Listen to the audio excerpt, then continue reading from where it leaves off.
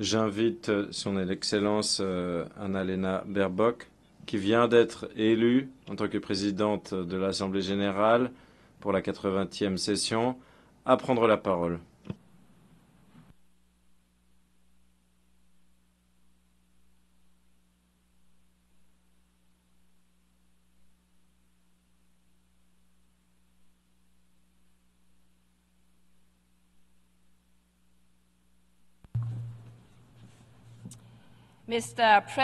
Monsieur le Président, Monsieur le Secrétaire général, Excellences, Mesdames et Messieurs, tout d'abord, je remercie tout particulièrement Son Excellence le Président Philemon Yang de ses paroles aimables, de ses conseils. Votre rôle de chef de file unitaire et sage guidera mes travaux pendant mon mandat. Excellences, chers collègues, merci de votre appui écrasant et de votre confiance. J'ai l'honneur, avec humilité, de vous servir pour la 80e session de l'Assemblée générale, telle que je l'ai dit lors du dialogue interactif officieux. Je serai au service de l'ensemble des 193 États membres en tant que médiatrice et en tant que défenseur de l'unité. Je souhaite un dialogue fondé sur la confiance. Ma porte vous sera toujours ouverte à toutes et à tous, mieux ensemble. C'est le thème de ma présidence. C'est ce qui guidera mes travaux en tant que présidente de l'Assemblée générale. Et je suis heureuse de savoir que cela trouve tant de résonance parmi vous.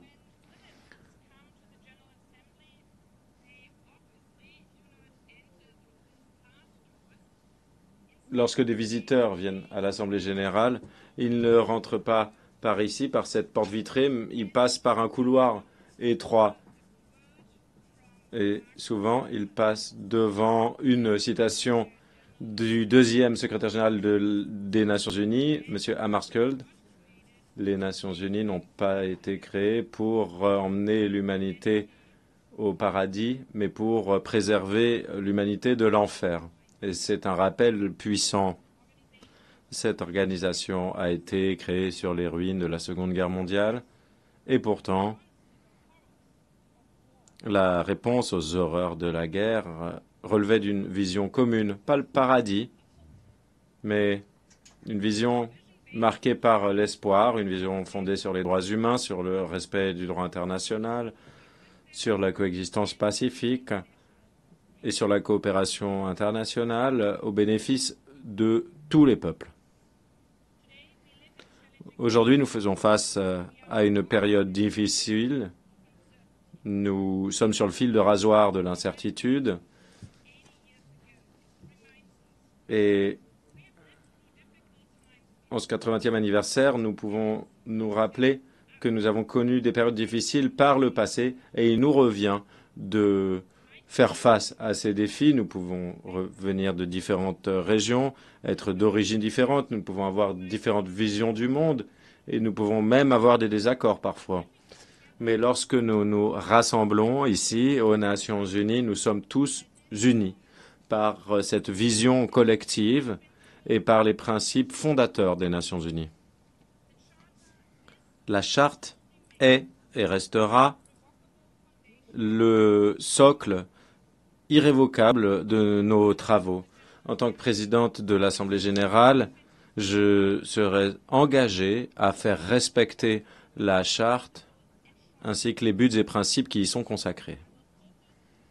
Je me concentrerai sur ce que nous pouvons réaliser ensemble plutôt que de me demander ce qui nous divise, car nous sommes mieux lotis ensemble. La 80e session de l'Assemblée générale sera un moment crucial pour notre organisation. Les Nations unies, le cœur du système multilatéral, sont sous une pression immense, politiquement et financièrement. il y a plus de 120 conflits armés qui nous rappellent que la principale mission de l'ONU, préserver les générations futures du fléau de la guerre, reste non accomplie. La réalisation des objectifs de développement durable ne pourra se faire sans des mesures ambitieuses, justes, catalysatrices, telles que cela figure dans le pacte pour l'avenir. Et pourtant, le monde ne serait pas mieux loti sans les Nations Unies, car nous avons réalisé beaucoup au cours des 80 dernières années. Tout comme les pères fondateurs et plusieurs membres fondateurs de notre organisation avaient décidé de combiner les efforts, nous devons également conjuguer nos efforts aujourd'hui. Pour préserver les réalisations des Nations Unies depuis leur création en 1945, pour faire face aux crises mondiales actuelles et pour également relever les défis émergents. Mon premier objectif, Excellence, sera d'appuyer les États membres pour qu'ils puissent se renouveler, reconcentrer leurs efforts, faire en sorte que notre organisation soit à l'épreuve du XXIe siècle et qu'elle remplisse ses finalités. Cette organisation a besoin de financement suffisant et fiable. Et dans le même temps, nous devons améliorer l'efficacité de l'ensemble du système. Monsieur le secrétaire général, je tiens à vous remercier de votre rôle de chef de file sur ce front. Je vous remercie d'avoir lancé l'initiative ONU 80. Cette initiative représente une occasion de choix pour renforcer l'ONU et faire en sorte que l'organisation soit plus efficace. À l'instar de nombre de délégations, je suis heureuse que vous soyez engagés à organiser des consultations étroites avec les États membres dans le cadre de ce processus. En tant que présidente de l'Assemblée générale, je serais attachée à faire en sorte que les points de vue et les intérêts de tous les États membres soient pris en compte. Cela signifie que l'Assemblée générale doit également travailler.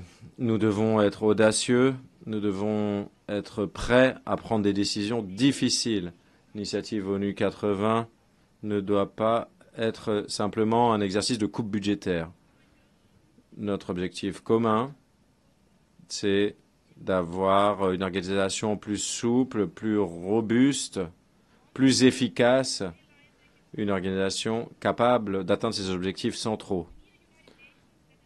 Les Nations Unies doivent obtenir des résultats sur la paix, le développement et la justice, ce qui m'amène à notre deuxième mission pour la session à venir. Le pacte pour l'avenir est la feuille de route des mesures que nous devons prendre pour bâtir un meilleur avenir pour toutes et tous. Les peuples de par le monde doivent ressentir que notre travail fait la différence dans leur vie quotidienne.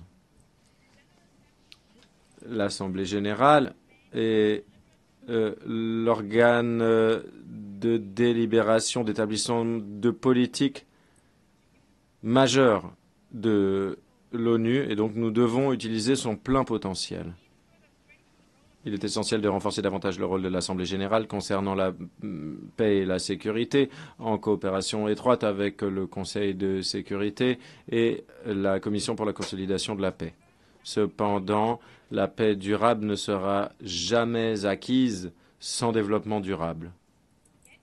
Et pourtant, moins d'un cinquième des cibles liées aux ODD sont en voie de réalisation.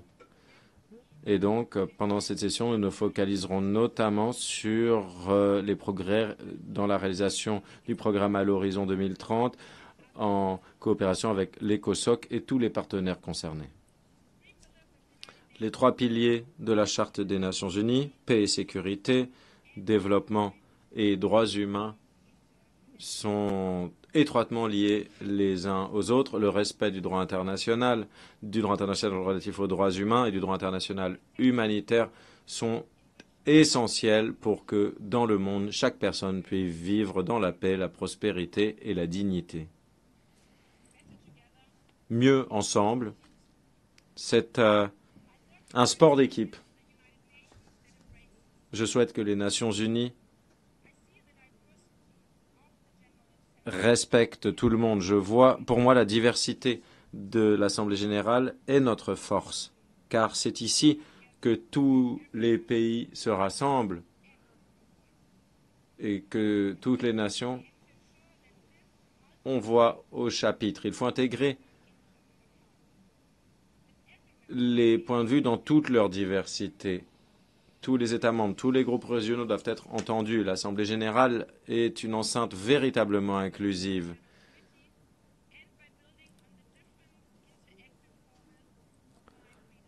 Je vais faire fond sur les travaux réalisés par mes prédécesseurs, les différents formats. Il y a notamment le processus de revitalisation et la désignation du prochain ou de la prochaine secrétaire générale, la transparence et l'inclusivité joueront un rôle essentiel. J'organiserai un processus de sélection conformément aux résolutions de l'Assemblée générale et sur la base des pratiques optimales du passé. Cependant, je m'en remets à votre soutien et à votre engagement, car l'Assemblée générale on ne peut mesurer la force de l'Assemblée générale qu'à l'aune de l'engagement de ses membres. Je ne suis que la 5e femme à occuper ces fonctions en 80 ans et je sais bien que la paix et le développement ne peuvent être pérennisés que si la moitié de l'humanité, les femmes, ont une place sur un pied d'égalité. Et le multilatéralisme, cela veut dire également travailler avec la société civile et notamment la jeunesse. Cela permet d'améliorer les résultats et la légitimité des décisions de l'Assemblée générale sur la base d'un large éventail de contributions et de consultations.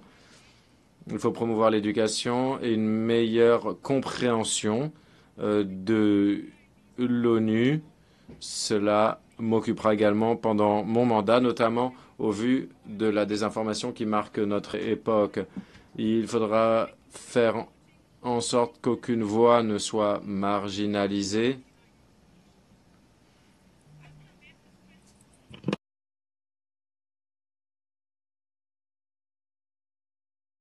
Cela sera essentiel dans le cadre de mon mandat. Je ferai fond sur ce qui a été fait par mon prédécesseur sur le front du multilinguisme. Et cela n'est possible que grâce à vos contributions généreuses au fonds d'affectation spéciale.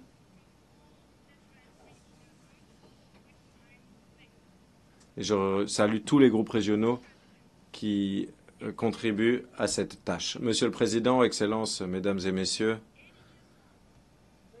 80 ans plus tard, le monde ne ressemble pas au paradis, mais c'est notre monde et nous avons pour mission de faire en sorte que l'ONU remplisse sa finalité, soit à l'épreuve de l'avenir. Nous devons faire respecter la charte et obtenir des résultats concrets pour tout le monde. Et je suis profondément honoré de travailler avec vous toutes et tous dans cette tâche qui nous attend, à travailler ensemble. Merci.